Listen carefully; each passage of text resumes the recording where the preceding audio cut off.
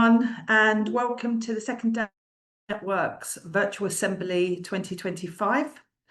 I just wanted to start the opening of today by recapping on some of the messages and the notable themes that came across from yesterday's. So many of you will have been joining us yesterday and today. And yesterday we had 4 sessions, and there were some reoccurring themes that came through across the day. These were around the need to strengthen networks and solidarity, confront the root cause of crises, elevate local voices in resets and reprioritizations, and truly shift power, resources, and decision-making to local actors. And specifically, we had a session on the future of aid.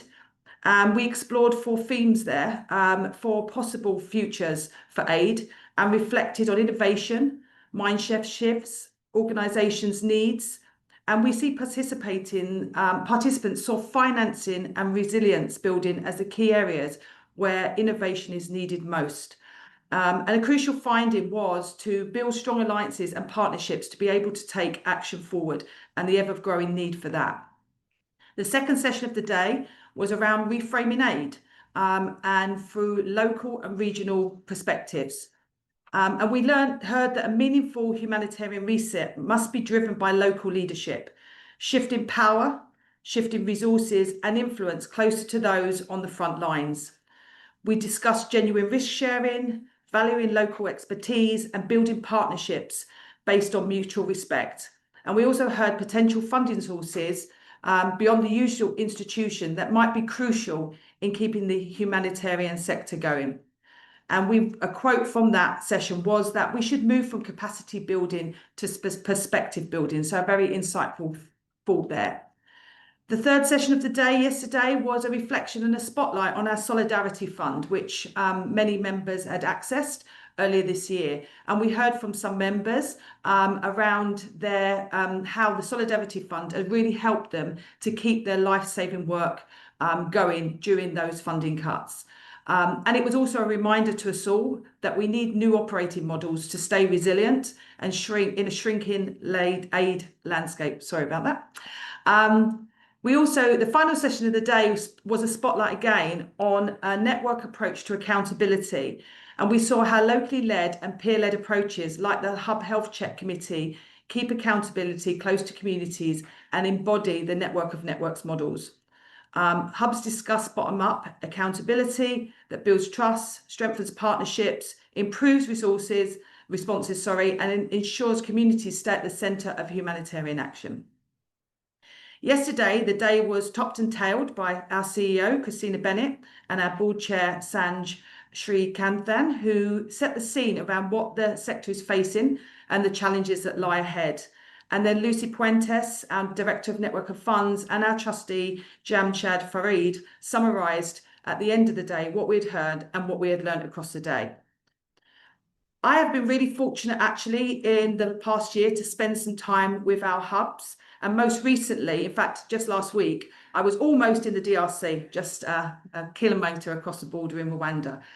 And I really got to witness the importance of local leadership firsthand. I've also been a part of conversations that have looked at how funding is channeled. And we often get bogged down by complexity, but actually when you spend time in the countries that are focused on locally led action, that already have established relationships with communities and that are innovating around how resources can be generated and channeled appropriately, you can see that the adaptation to this change in the funding landscape is already in full swing. And most countries now are leaning into their own initiatives and driving change in unique and different and context-specific ways.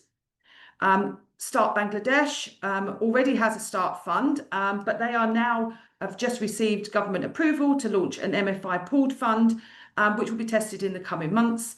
And members will hear more about that in the assembly, the in-person assembly next month. And in both Pakistan and the DRC, we're seeing interest from corporate, trust and foundation donors to fund vital work in those contexts and actually have fund-specific or country-specific funds for those.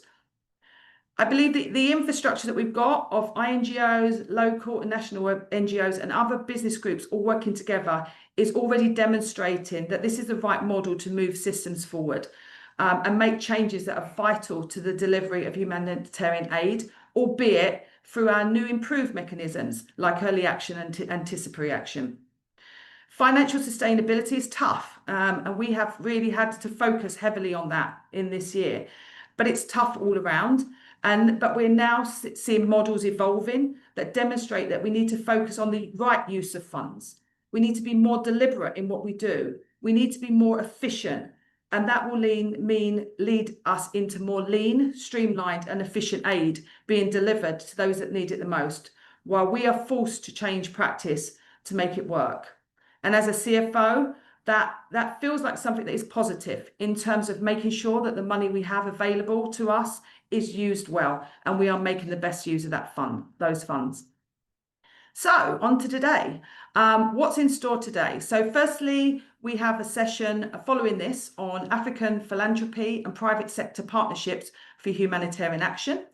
And this session will explore how local giving and corporate partnerships can drive sustainable African-led solutions to humanitarian challenges. And we'll hear directly from African donors, philanthropy leaders, and hub representatives. And we're going to, in that session, unpack fresh opportunities. The second session of the day is going to be focusing on AI in the humanitarian sector, its opportunities and its challenges. It will explore how AI is currently being applied in the sector and the ways it could shape future practices and approaches. Together, we'll examine the opportunities and the challenges that AI poses for us in terms of evidence-based action, and consider how we balance technological innovation with community-centered approaches. The third section of the day is another spotlight section, and this time we're going to shine the spotlight on community-led anticipatory action.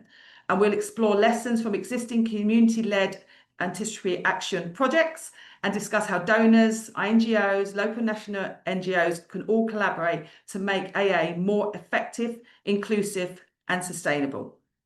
And then the final session before we wrap up will be another spotlight, and this time we're going to spotlight on collective capacity in organisational strengthening. And this will explore how organisational strengthening is combined to help and strengthen the network, where every member, whether they're local, national, or other, has something to contribute in terms of helping us to improve the way that we operate across the network. And at the end of the day, we're going to hear from Ira Paredes, our Director of Business Development, and another of our trustees, Angelina Najajima, to reflect and summarise what we've learned and heard today. So please stay with us through to that final session. But for now, it's time for you to sit back, enjoy what we have in store for you, and please contribute throughout the day. Please make sure where possible you ask questions. Please contribute where you're able into the sessions, because your thoughts and your inputs are really important. The first session is going to be starting in a few minutes, so I'm going to give you a few minutes back of your day and say thank you for joining us. I really hope that you enjoy the sessions across the day, and I look forward to joining with you to learn more about everything that's happening across Start Network and the sector more generally. Thanks, everybody. Have a good day.